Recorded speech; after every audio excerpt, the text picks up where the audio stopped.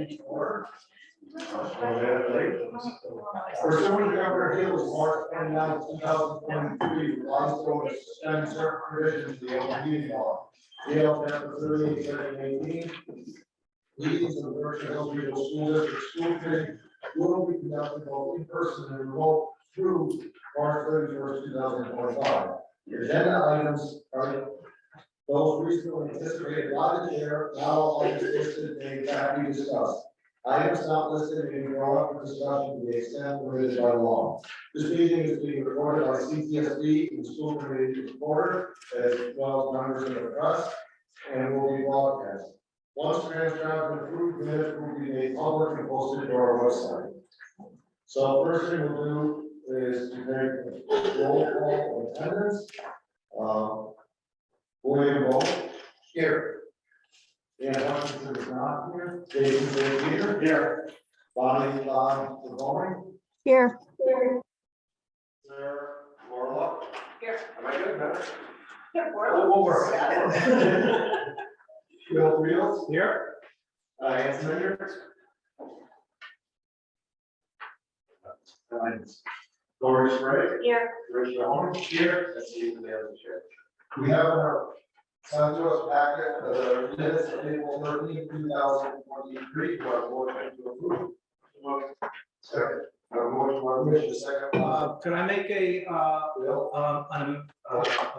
there's a mistake on the cross-country waiver. It has Jason making the motion and then myself seconded it.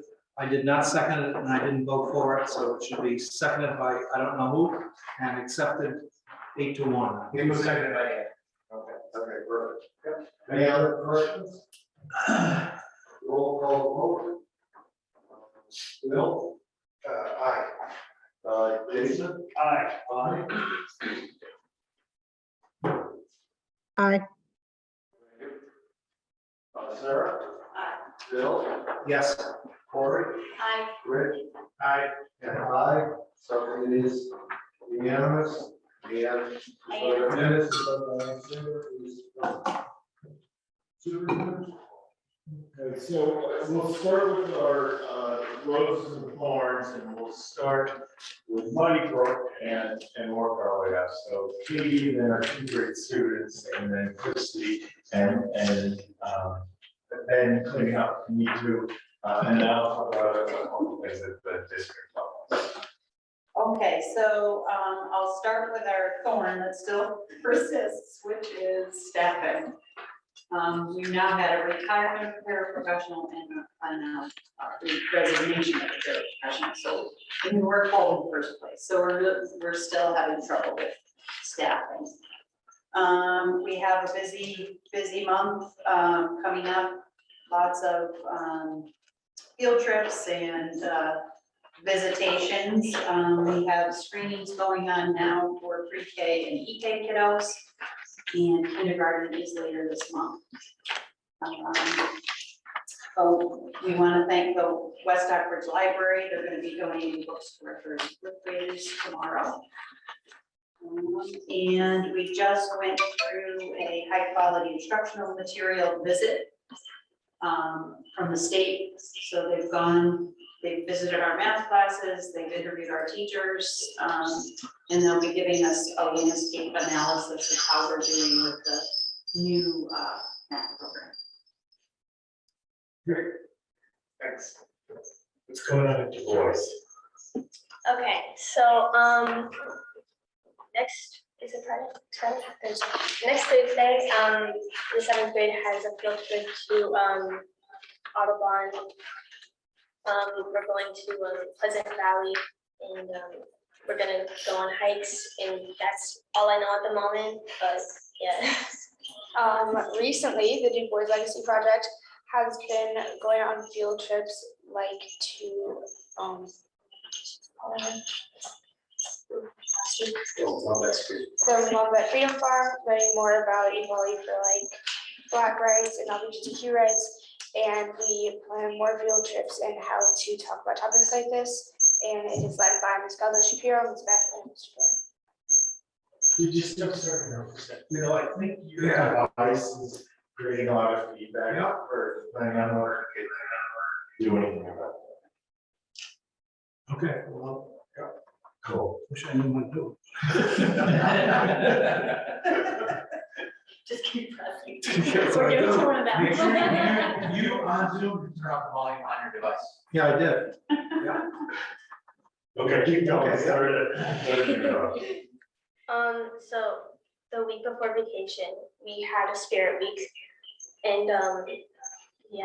it's hard. Also, before break, we had our Romeo and Juliet performance for Shakespeare and Co. We had a pretty big turnout and it went really well with each class doing their part in the roles. So after the pep rally on Friday, after Spirit Week, we had a pep rally and it went really well. There was a lot of pep and it was just really fun. And we are going to see the Special Olympics next Wednesday, I believe. And that one is recently there've been more slurs and there's been like women have been targeted by males, but also homophobic slurs and racial slurs. And using very hateful ways, like the boys in our school have been harshly using words to like shame women. Like slurs are being thrown around and angrily targeted without any given reason.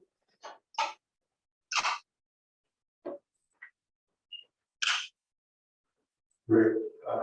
And other things to add? No, yeah, good. Christie?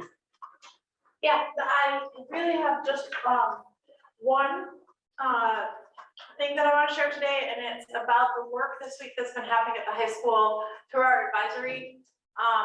Our DEI subgroup has been working since the Kiva panel we held at our half day in February. They've been working with the social emotional leads in the school, some reps from the inclusion task force and partners at Railroad Street Youth to put together anti-racism work that we were going to do in advisory. It was structured and restructured multiple times, trying to structure it exactly the right way so that we could have productive conversation on this really challenging topic. On Tuesday, we had an all-school assembly where students came in, sat in our advisories. We had several videos that we had students watch where they were then asked to do turn-in talks and write on index cards things they reflected on and also questions they had, which we then collected. And the folks who were organizing then sorted through all of that. Today we came together again in an all-school assembly where we had 6 people of color on a panel to answer 10 of the questions that were selected.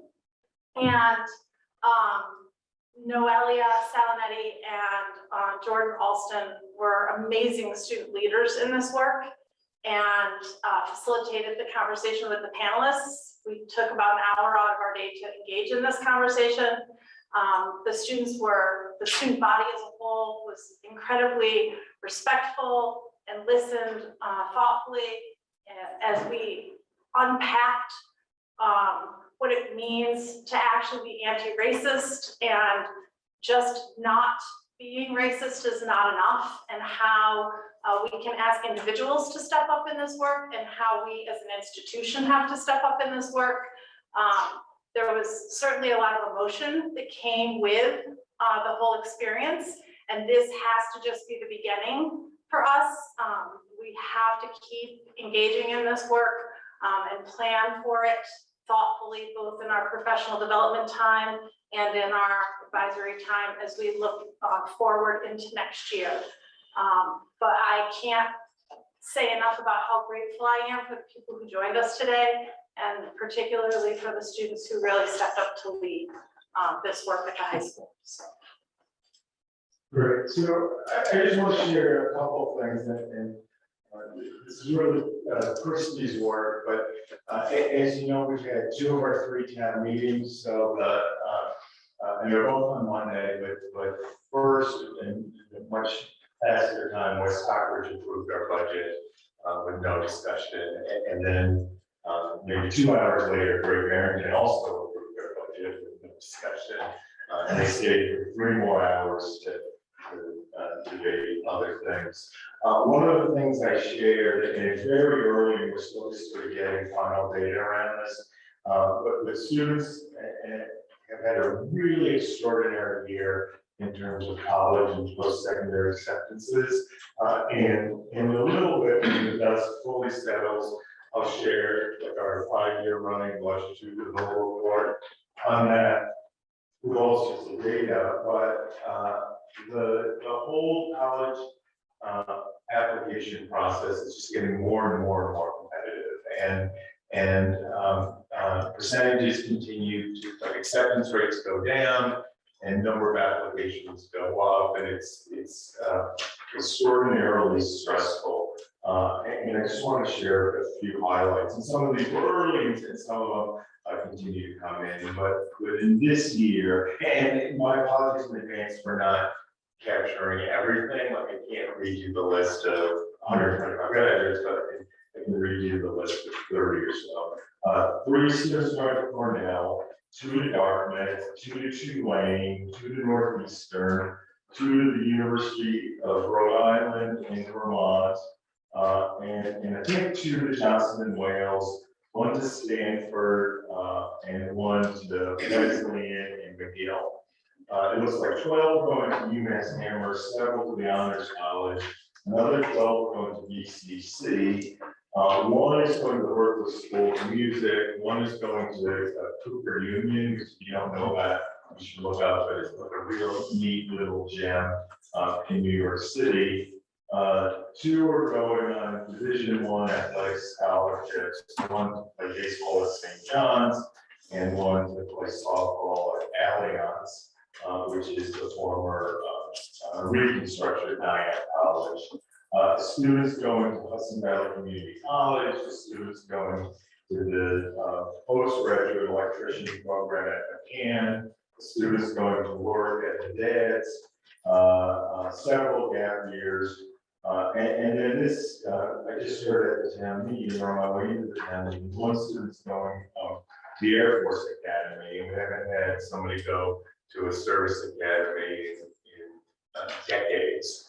And then another student's going to the Air Force. So I'd really like to congratulate the students who are doing all that work, the guidance counselors, and English teachers who are supporting them, our halftime writing tutor who helped a number of students with the college process in his first year with the school start, and then helping a number of other students with some MCAS stuff and some English language learners with other things.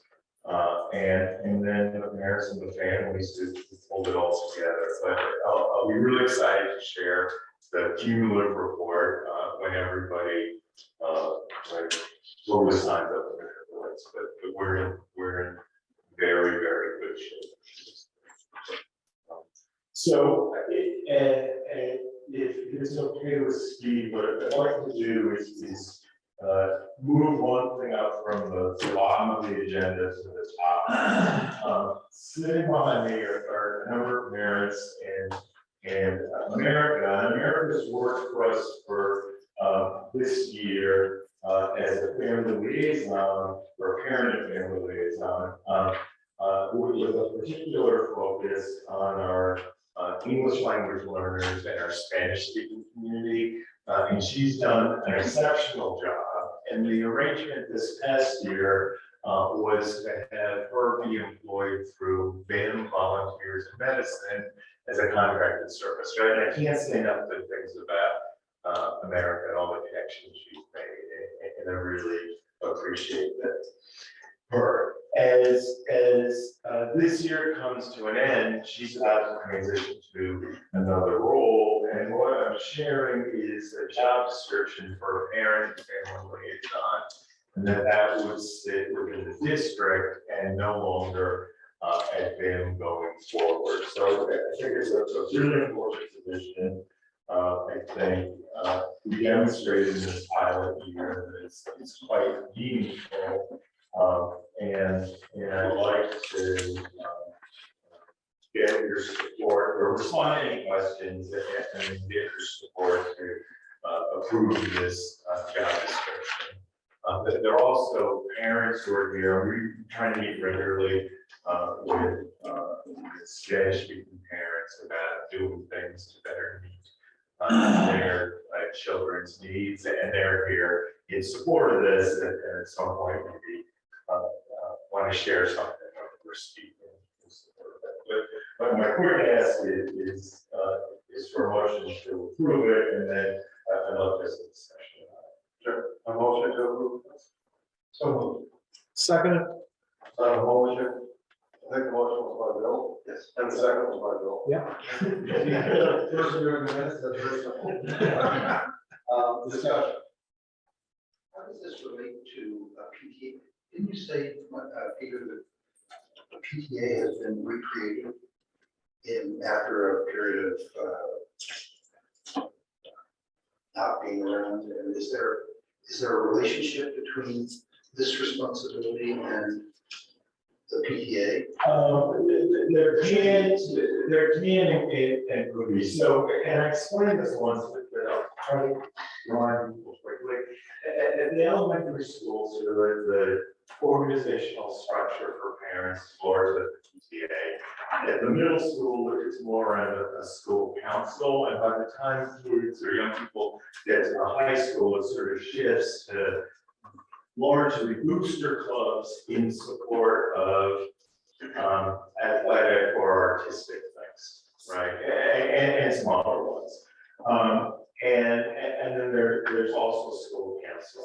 In addition to all of those, there's a special education parent advisory council, and there's this emerging English language learner advisory council. So there's an opportunity here for this person to try to build some bridges. And one of my big charges is for us to communicate better. So I think there's some opportunities to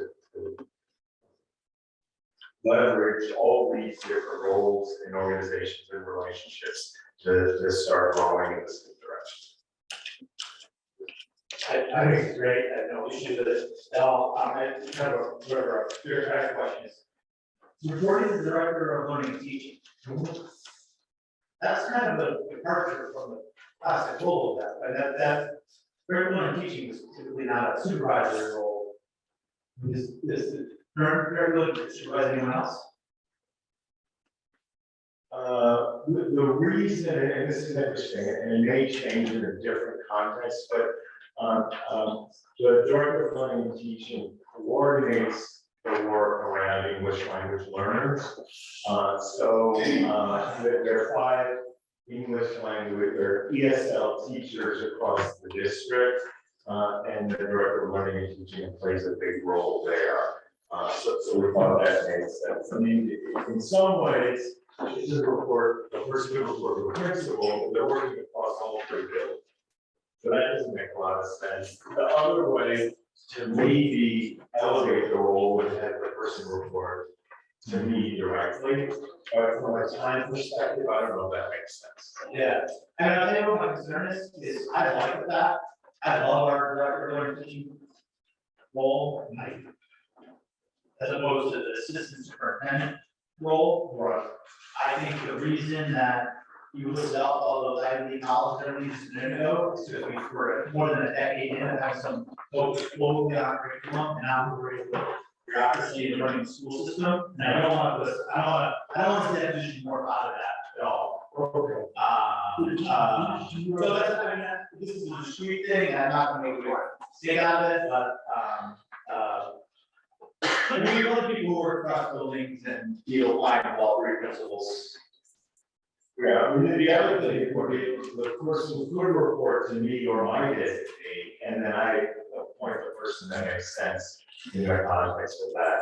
Would you prefer that? I don't know. Other questions? Yes. I just wanted to understand without going into the nitty gritty, but how the job description was crafted. I'm in full support of the position, but I think we've got a shot here to get it right and want to make sure that we've baked everything into the goals and to the responsibilities. So just making sure that you've all had significant input here, and just making sure that that's been a full process. Yeah, I don't know if it's been a perfect process. Yeah, I looked at a range of descriptions, and this is, I think we're sort of ahead of similar districts our size, because the job description that I ultimately used to model this from was a Boston one, right? Because they have the bandwidth to create a number of these positions. And to my knowledge, nobody else in Berkshire County is doing this as a discrete role. So that's why I think on that. I mean, it just, between America's role, between having Stokey come in and do all of the work that they did, I mean, we've gotten a lot of very specific feedback for our district, and I just want to make sure that that's embedded in this job description and that we're getting it right. Yeah, I think it is, right? But then the other really interesting thing is we update and edit job descriptions all the time. And unfortunately, there's sometimes gaps between how positions evolve and what the formal job description. There is this, thing at the bottom of those qualifications and gives you the authority to change it. Right, no, and then there's a catch-all phrase that we always use, other tasks and responsibilities, right? Do you have, what's, Do you want to speak to it? Actually, well, Or hi you- everyone. Yeah. Please, just really quick. So I'm Irene Colosio, the finance for Berkshire Hills. It's been a pleasure to work with schools and the families. This is Carolina, she's one of the ELCA group in Sandra. And the letter that we just passed around is the version in English of what she is here to read, because I feel like there's power in reading in your own language. And I wanted to just like share with you the request on her own words. The article competent? Yes? Sure. Yeah, great.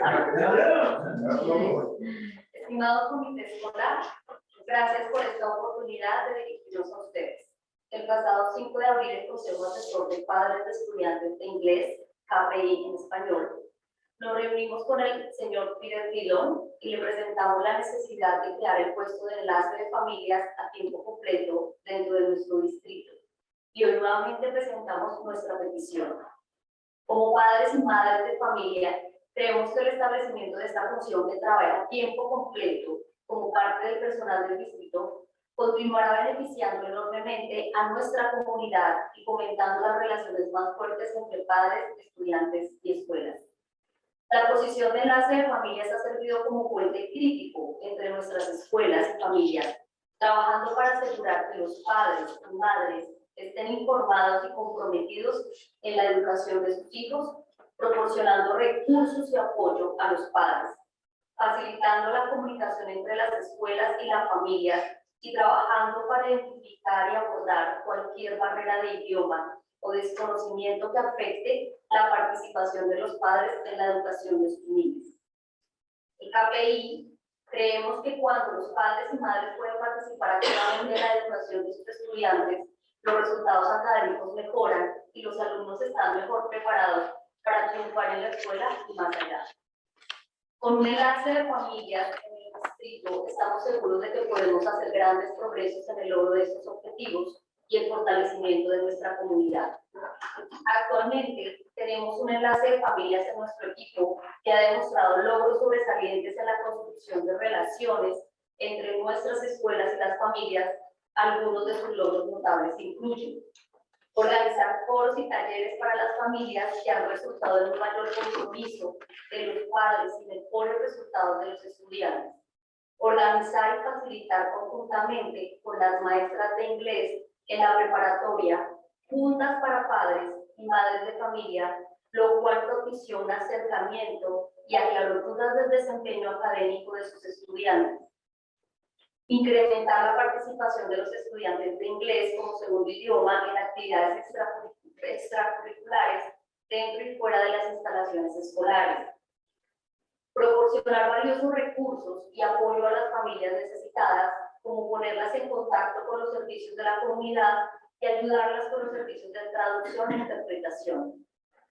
Desarrollar asociaciones sólidas con organizaciones locales y grupos comunitarios para mejorar nuestros esfuerzos de divulgación y crear un entorno escolar más inclusivo.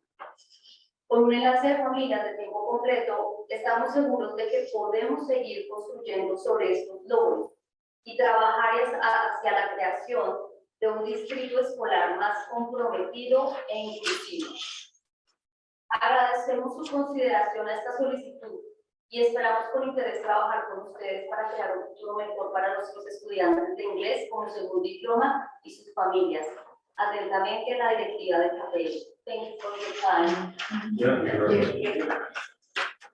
Anyone else have any questions or comments? I think it's great. I agree with everything. The one question I had was sort of qualifications. The first line says at least 3 years of experience working with diverse families and in urban setting. I'm not quite sure about this purpose. No, I thought I corrected that. Oh, no. I'm sorry. No, I mean, there might be a reason why, but if there's not, then I don't want to. Well, now this is weeks in a rural. Right, right. Well, you never know. There might be reasons. If not, we don't want to. I'm sorry about that. I hope that what you read in the letter or heard is we had this great meeting, and in the meeting, they shared a whole range of different ways we could shift as a district to be more inclusive and supportive. And students and families have real rights around that, and we have obligations. I think that we're making more progress in the last couple of years than we've ever made, and we have a lot of ways to go. But I think we have a nice agenda or set of things we can work towards. And some of those things are as simple as having sets of documents fully translated, so when people arrive, that they're in a good position to move forward. There was a sort of terrible thing around high school athletes and transfers from schools, which was created to keep some schools that recruit too much from grabbing kids.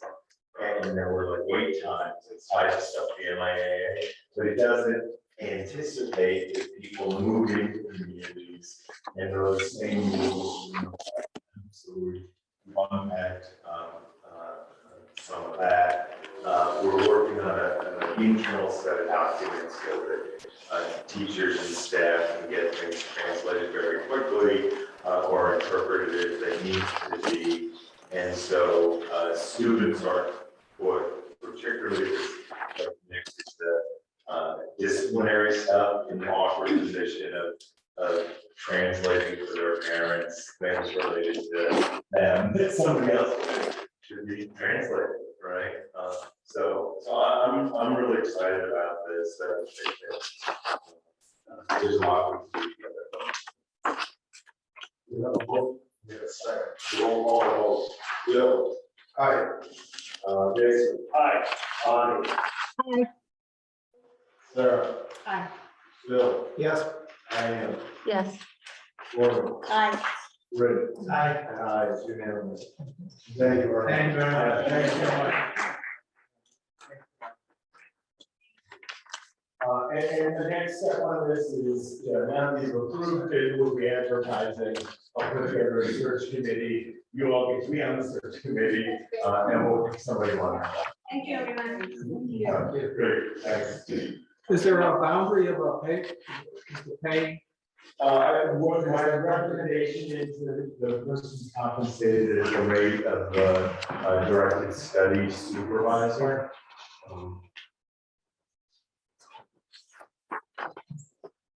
So let me go back, so I'm saying that.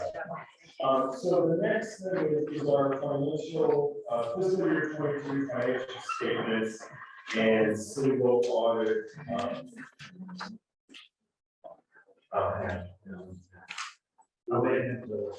Who is it? I think you can, just gonna be going off. No. You just a quick box.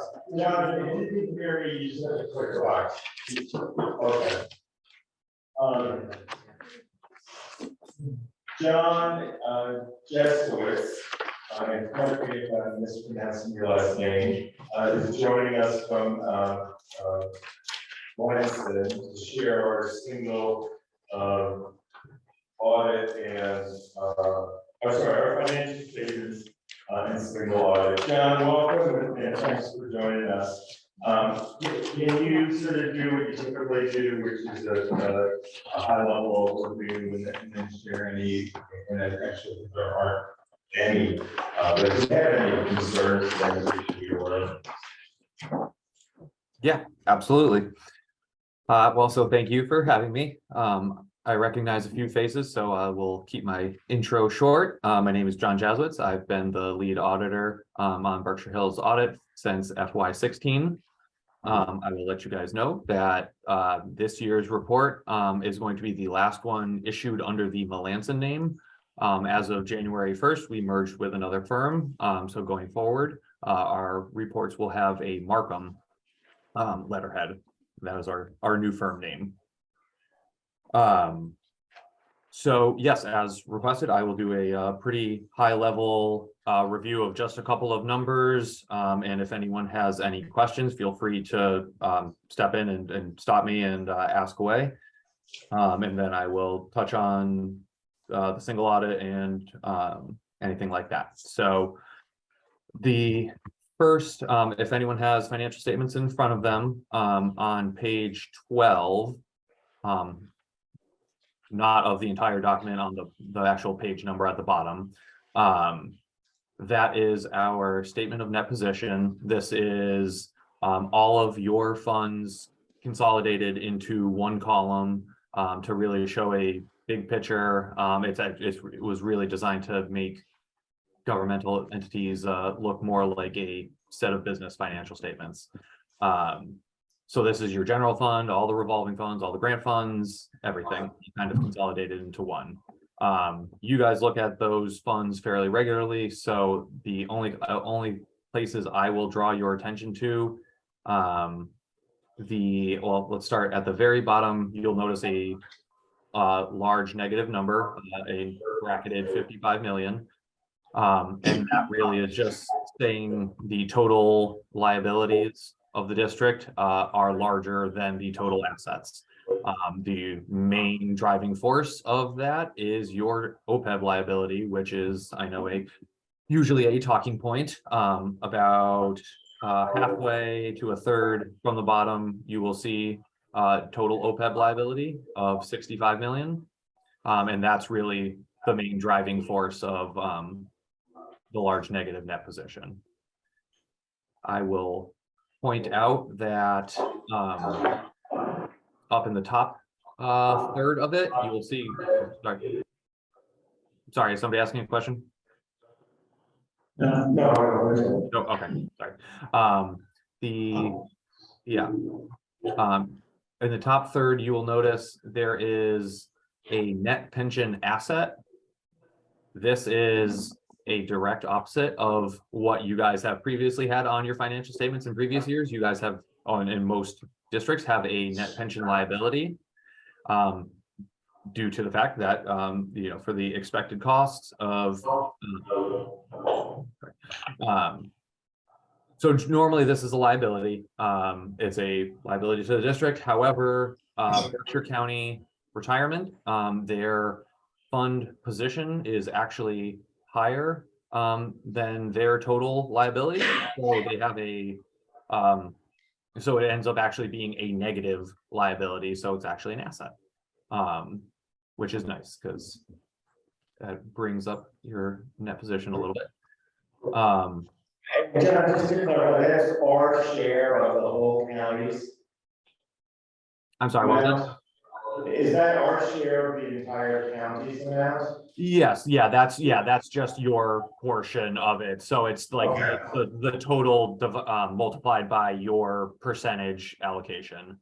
But yeah, the plan as a whole has higher assets than it does liabilities.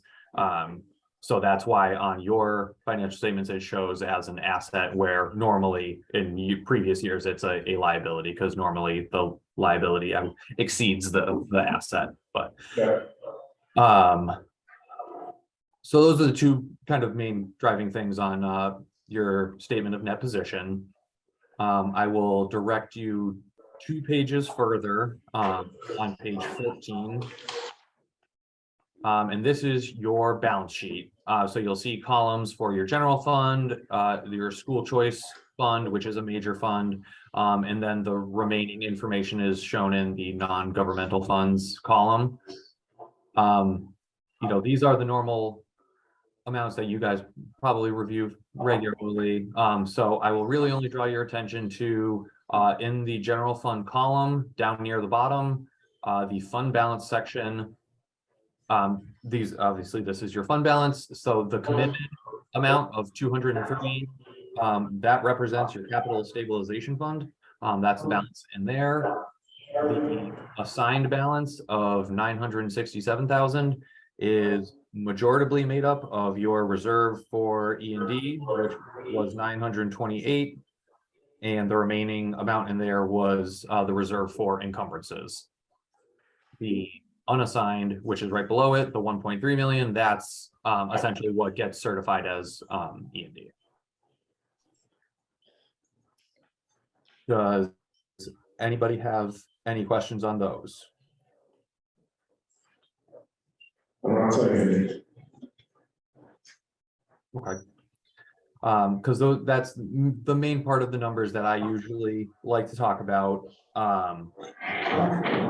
So moving forward, there was no formal management letter this year. The school district did, or I should say, the business office did a very nice job. There were no management letter comments. We did send out one email to Sharon with just a few minor recommendations, very minor things, nothing that really impact the financial statements, just some thoughts on small potential improvements. But otherwise, no formal management letter. And in addition, there were also no issues found with the federal grant audit. We reviewed ESSER this year, and we are happy to say that we did not find any issues with the grant. That's great. Right. So I'd like to really congratulate Sharon and her team on this. In particular, the ESSER has been super complicated, right? The government gives you a bunch of money and with very tough reporting requirements. And I think it's quite unusual to have no significant findings. So keep doing what you're doing. So there are questions or comments?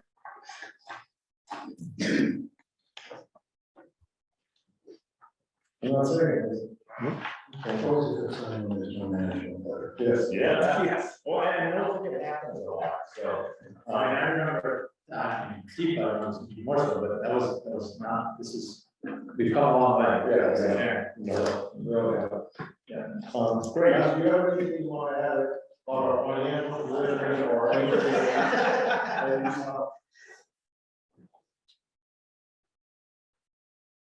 John, did you get a question? Oh, I'm sorry. Well, I sorry, I was kind of jumbled. What was that? Do you have anything you want to add about our financial position or anything that you saw? I mean, in the overall financial position, I mean, I think the district's in a good spot. I mean, you have a healthy amount of unassigned fund balance to roll forward, each year. Obviously that, that number ideally stays somewhere between the 3% and 5%, which I believe yours does. like I said, I mean, I don't know if I had any other, there might have been one or two other districts that had a net pension asset. So that's kind of a, not that necessarily your district has much control over that number, that comes directly from the retirement system. We'll take it. We'll take it. Kudos to Sheila. Otherwise, yeah, no, I mean, I think the district's in a good, healthy position. I mean, you have, like I said, you have a capital stabilization, you have reserves. You know, we didn't have any management letter comments. There was no issues with the grant. The end of the year report has been done and submitted. I think there was only one amendment we asked Sharon to make. But I think all in all, you know, the district is in a, you know, a pretty healthy position. Thank you, John. Can you explain the name change? What's behind that? Are you merging? They said they're merging. But with the new firm? Did you hear? Something about the new firm. Can you repeat the question though? You're merging, Melissa is merging with Markham, is that the deal? Yes. So yes, effective January 1st, we Melanson merged with Markham. So we are now officially with you know, we are officially Markham. So any, you know, our like next year an FY23 engagement letter would have a Markham heading on it. You know, we are at the end of issuing reports. All of the last of our FY22 reports, all of those kind of went under the Melanson name. But that's where we're like right in the middle of the transition in terms of like letterhead and reports. So we're still issuing a few final reports as Melanson, but yes, we are technically officially Markham as of now. And Markham is a much bigger firm? Yes, Markham is a much larger firm. They have a presence around the country. We're actually had a meeting with, they have a large municipal practice in Florida, and we were talking with some of them. But it's been great so far. They have, you know, it's a lot more resources available to us to, you know, really hopefully improve the quality of our audits and improve efficiencies and, you know, get them done nice and, you know, timely and quickly, while still delivering a quality product. Great, thank you. Thank you very much. Thanks, Sean. Great, so we'll move on, and now we have like a gaggle of separate approvals. So let me work through them, and we'll do them one at a time. The first one we have in your packet is amended shared superintendent services agreement with Richmond. And the Richmond School Committee voted unanimously at their last meeting on Tuesday to support this. Essentially what it is we have one more year in our agreement with Richmond. And in this agreement, my role shifts quite dramatically in anticipation of our work with the MSBA and potentially the A-Town merger. And I step away from superintendent role in Richmond, the existing principal, so I want to become the superintendent / principal. I hang on a little bit to coach or support in the transition for a year, and then I'm fully exited. My time is limited to 8 hours per month. Which is a lot less than my current day per month. And that frees up my time to do more work here. Sharon would continue to support Richmond from a budgetary perspective. The amount we get from Richmond goes down. The amount that goes to the new Richmond superintendent principal. And again, this is for 1 year, and presumably in January or something, this argument could be revisited. I think it makes sense. I think the current principal, Dr. Chikat, is super high quality, and I feel good about passing the baton to somebody who's thoughtful and quite appreciated. And you're now 8 hours per week, right? No, I'm 8 hours per month, so. Doesn't that equate to 1 day? It does. Oh. That's it, I do agree, you're saying. No, currently, yeah, currently I'm 8 hours per week. Yeah, I think you had a long. I'm sorry, so I'm like 1 day a week now, and I'm going to 1 day a month. Which is a huge increase, and I spoke with my advisory and evaluation committee about this, and they have been urging me to revisit my role there for a long time. And I think it's good and pretty obvious, obviously, I am, so we really good to free up some time. Do I have a motion to accept this agreement? Yes, so. Do I have a second? Second. So a motion by Bill, second by Lori, any discussion? Hearing none, roll call vote. Bill? Aye. Ann? Jason? Aye. Bonnie? Aye. Sarah? Aye. Bill? Yes. Diane? Yes. Corey? Yes. Rick? Yes. And, yes, it's unanimous. Okay, so the next one is a long list of approvals. In Massachusetts, licensed practical nurse needs to be supervised by a registered nurse.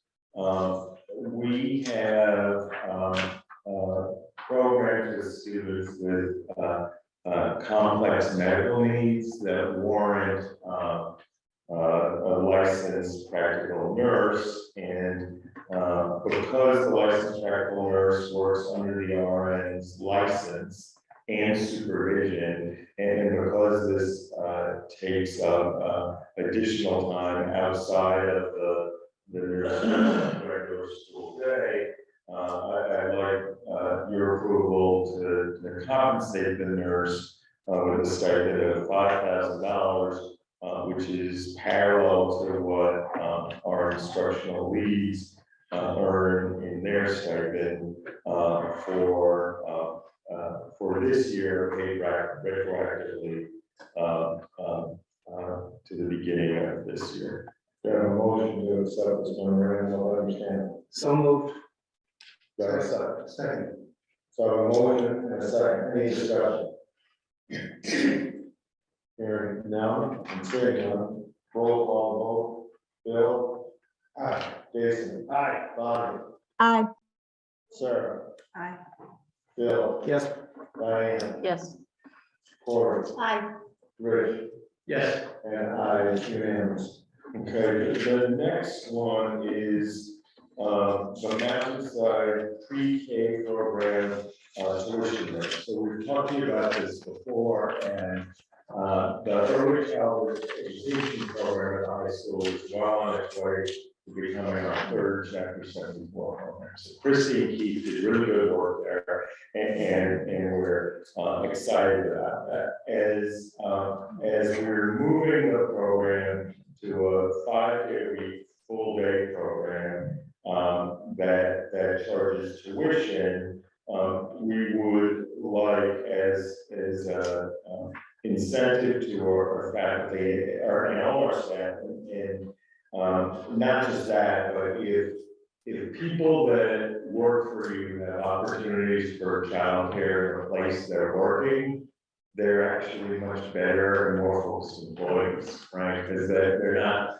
rushing to school, having dropped off a kid in some other community, and then rushing out of school to pick up a kid in some other community, but they're bringing their kid out there to the building they work in the case of high school kids, or very proximate in the case of elementary, middle school staff. An interesting thing that came up is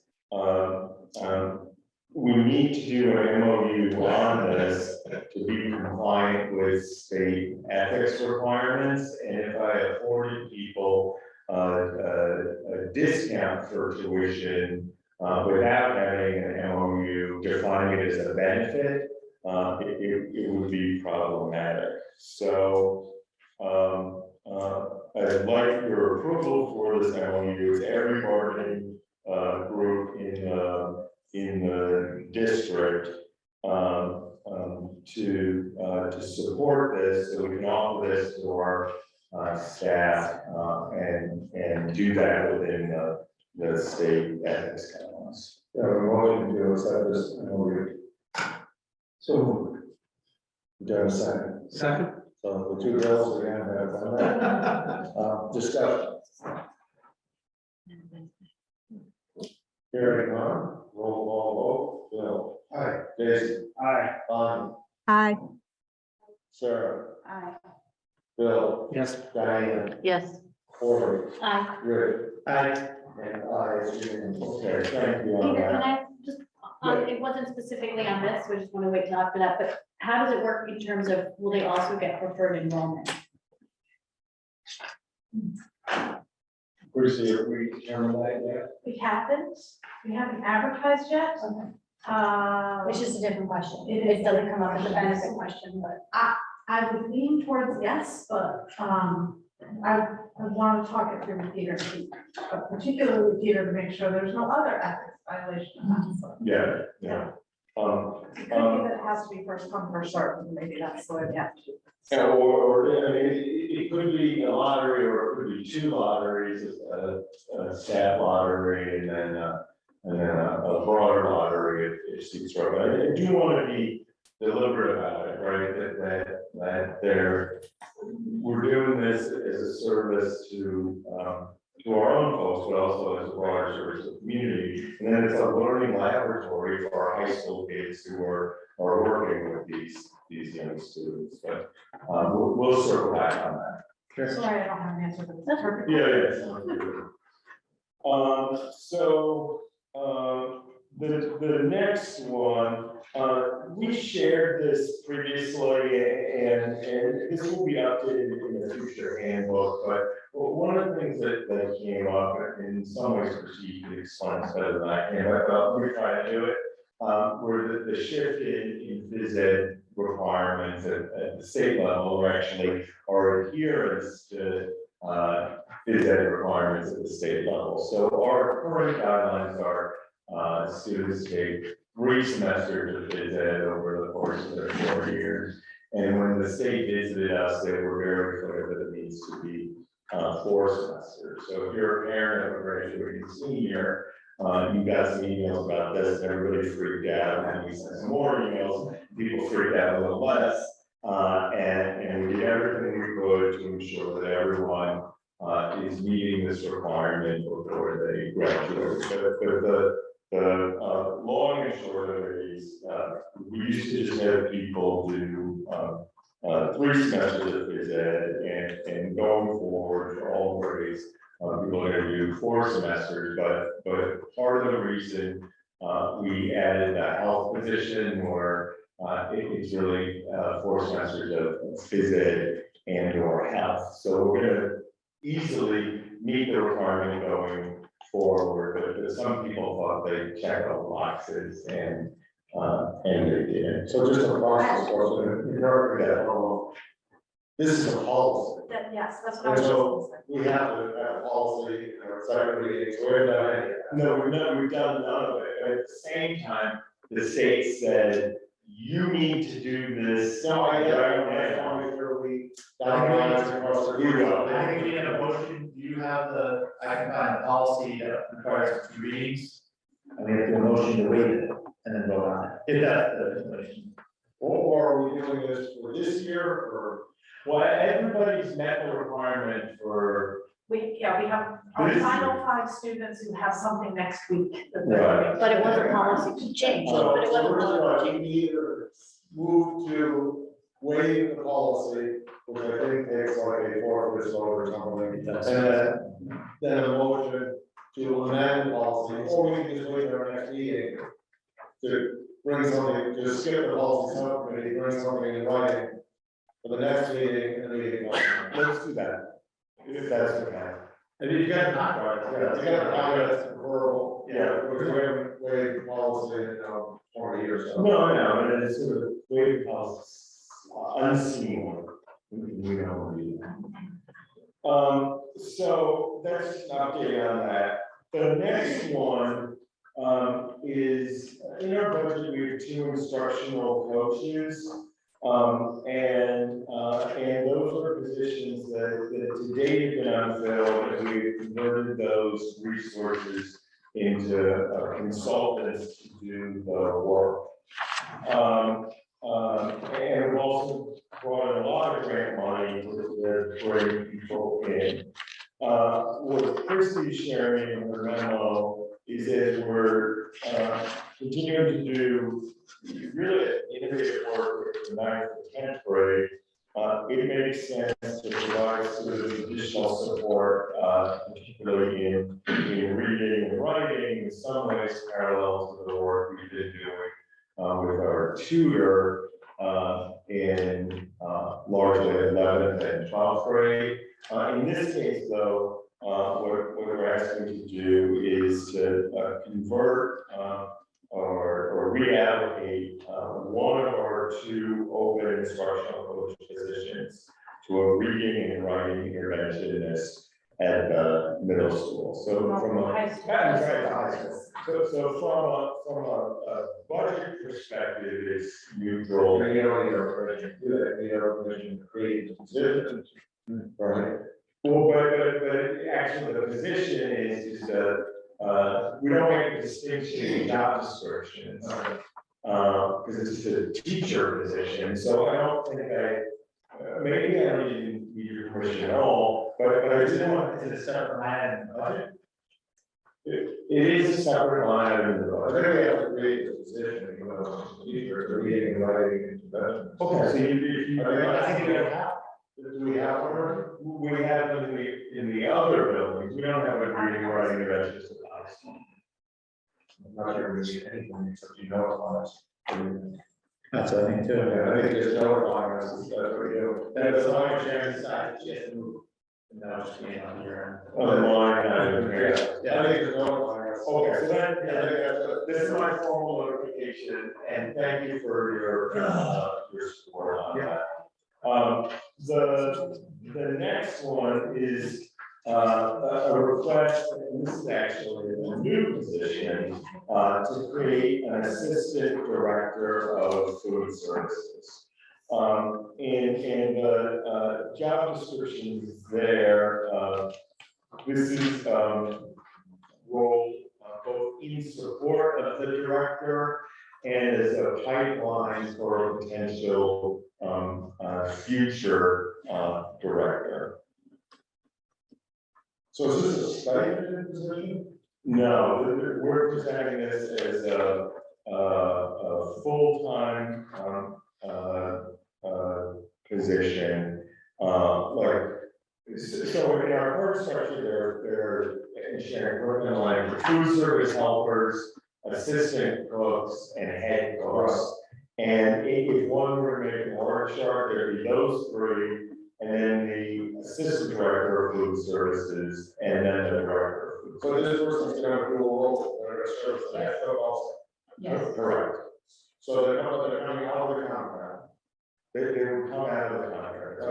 But they're going to still serve as a head cook and assistant director, and then No additional fees. no additional fees. Right. And they'll get paid commensurate with a higher position of responsibility. Correct. Is the director reporting to Karen? The director's not shared that she's approaching retirement, and I don't want to push that on anybody, but the director's not 20 years old either, right? So it could be on the near horizon. Is that fair way? Yeah. And because on the lawsuit, we can't discuss it. Yeah, right. So I think this makes sense. Sharon and I talked about it, the complexity of the director role, with all the federal stuff and all the things that's going on, and some of the stuff tied to like general food security. We run like probably the leanest kitchen in the school district in Berkshire County. I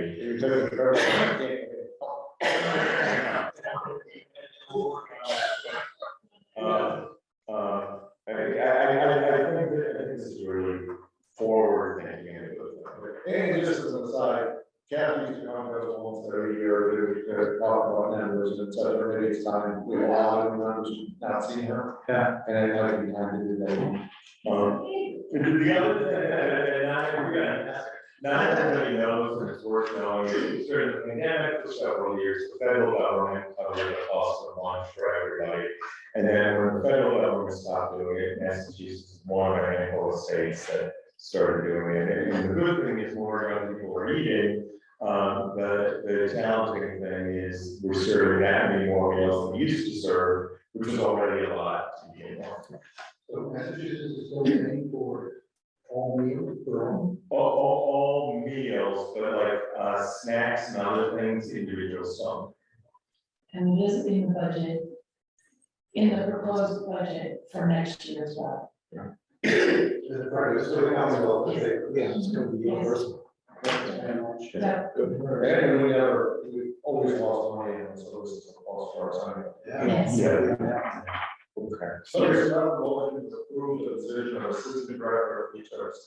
So, do I have a second? Diane, second.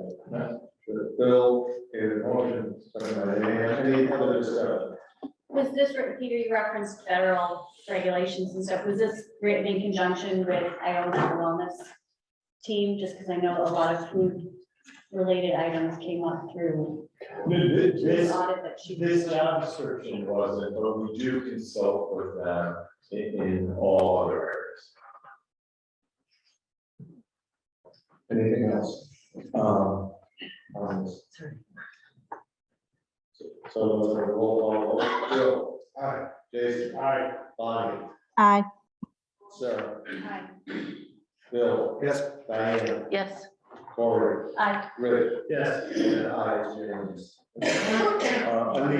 Thank you, yeah, on the agenda, we already did the parent and family liaison, so that's great. The MSBA board vote, so many of you have heard this, I don't think we talked about it almost yet. The MSBA voted last week to advance us to, the next round of feasibility. So there are two pieces, and we've got a building committee next week around this. But the first piece is for us to do a whole bunch of paperwork and a posting in the central register, and then select an owner's project manager. And then that process in the MSBA hand is pretty light, so there's a lot of procedural stuff we have to do. And then they largely they respond to what we did and sign off on it, but most of the work's on us. Once we hire the owner's project manager, then there's a process to select architects and designers. And that process, the MSBA's is pretty heavy, and our role is more advisory. There's specific timelines that Steve Sullivan are working out, but things need to be in the central registry by very early June, and then you plan backwards from that, and then that gets us to do the OPM selection, and then share that with like a minor MSBA board meeting and get it approved. So that's the first step. And then the second step is a slightly longer process. And in the process of trying to pull all these loose ends together and develop a really elegant Gantt chart with the MSBA process, our own stuff, our own budget stuff, the ATEM thing, all these things, so we can see them in relation to each other. I work on this full-time, and it's hard for me to keep it all in my head.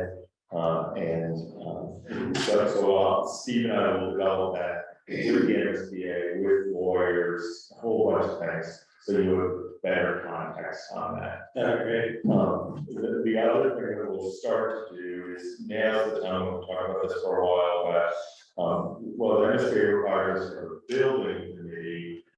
We we have also talked about an outreach committee, and we're almost at the point where we can share some of this work with an outreach committee.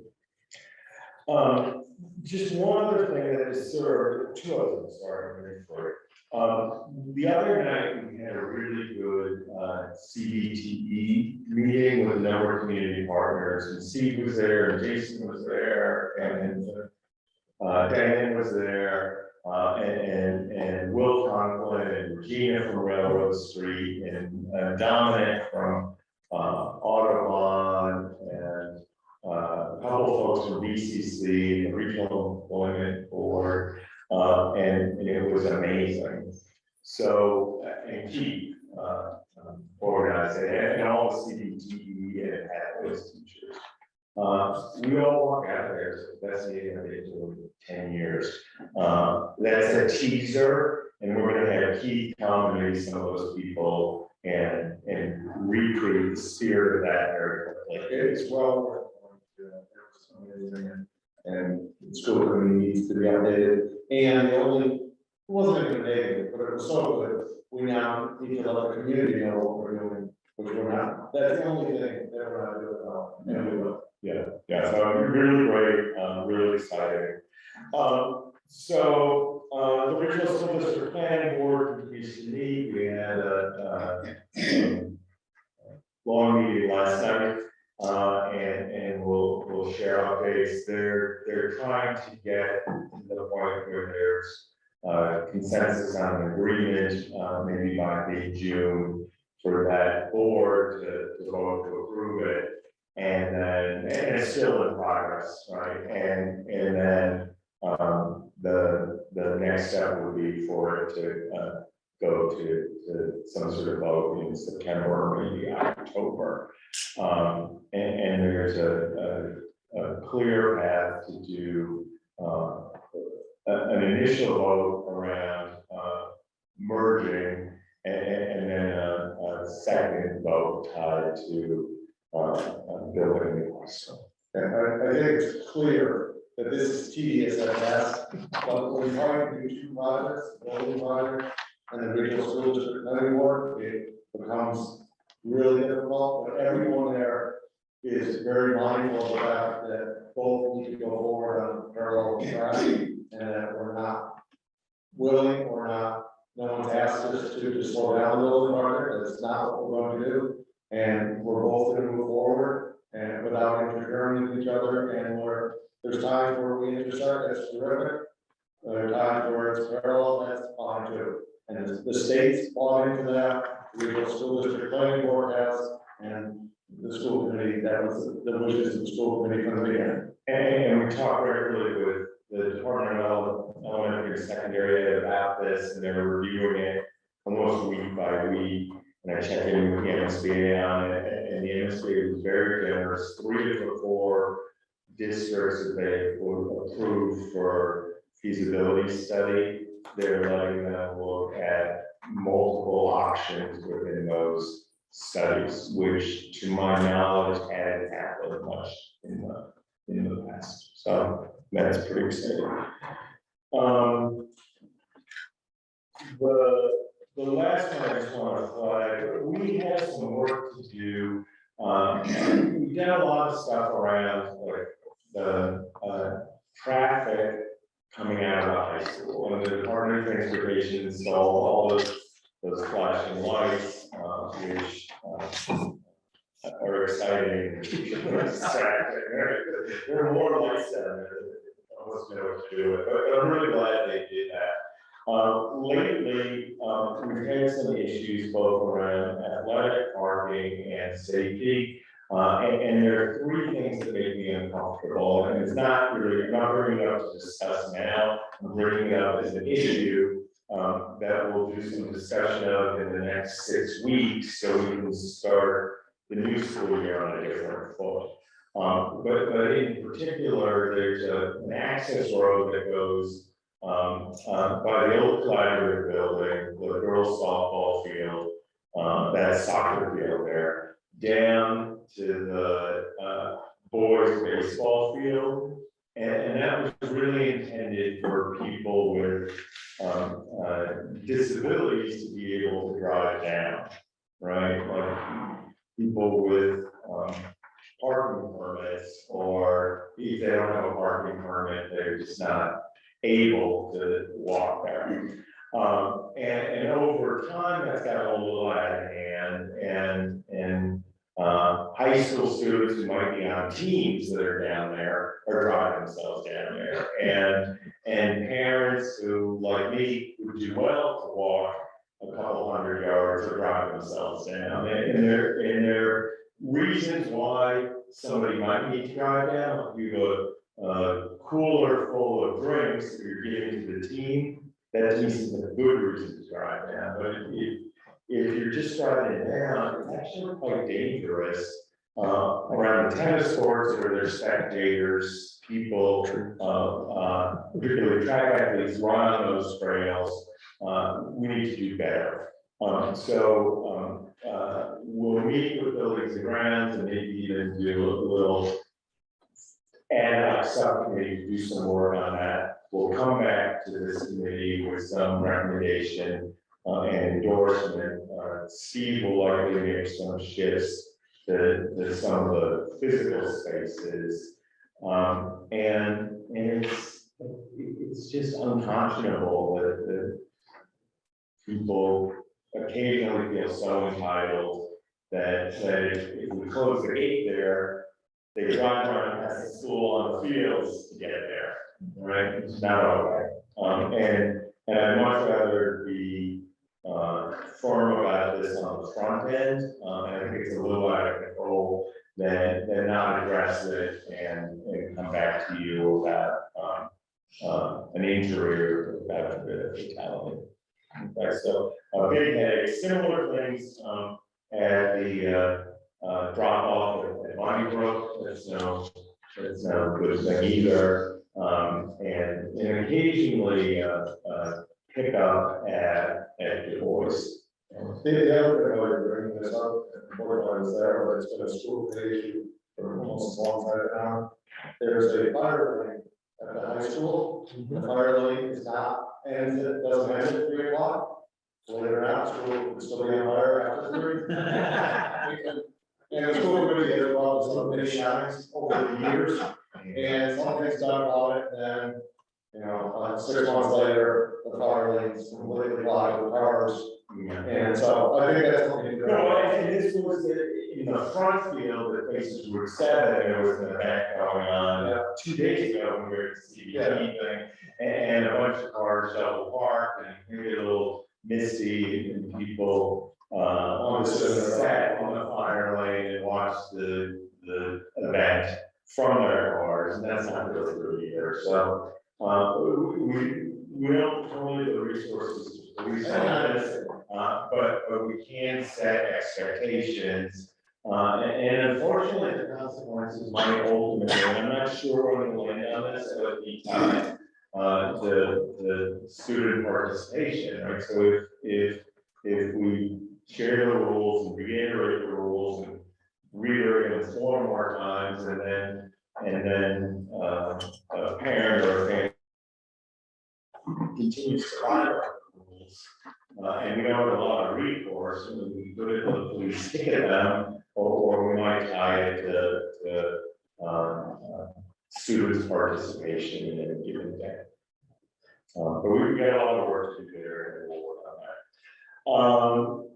That's it for me. Can I just ask something about it? I mean, athletic parking, I think it's great that we work on it after the school year ends, building grounds, but I mean, if anyone feels it's a safety issue, I mean, I personally want you to do whatever you feel like, or you have my complete blessing on hoping the rest of the community to do whatever you want to do now, if you feel it's just, especially hearing that students are driving down there. I think that's understandable. There's like a golf cart that's around, you said about having to drop off sodas or whatever boxes. I mean, if there's an issue now, feel free, with my blessing and whoever else wants to agree with that, to do what you feel is the right thing as far as the safety factor now. And then we'll work out something in conjunction, but I'll leave that kind of up to you and your judgment. Yeah, the other day, Carl was sort of there alone, trying to stop it,